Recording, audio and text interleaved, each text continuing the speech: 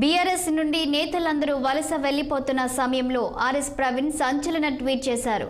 కడియం కేకే అకస్మాత్తుగా పార్టీని వీడటంతో కొంతమంది నేతలు తనకు ఫోన్ చేసి వారి బాటలోనే నడిచి మంచి దారి వెతుక్కోమని సలహా ఇచ్చారని ఆయన తెలిపారు. కానీ తాను పని చేయబోనని స్పష్టం చేశారు.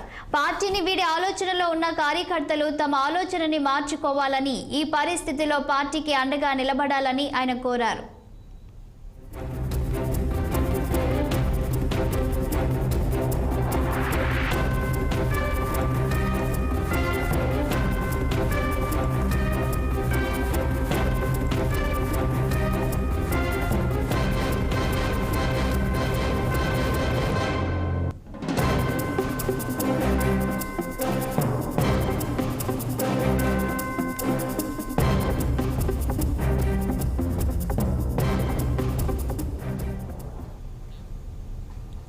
ఇవాళ అంబర్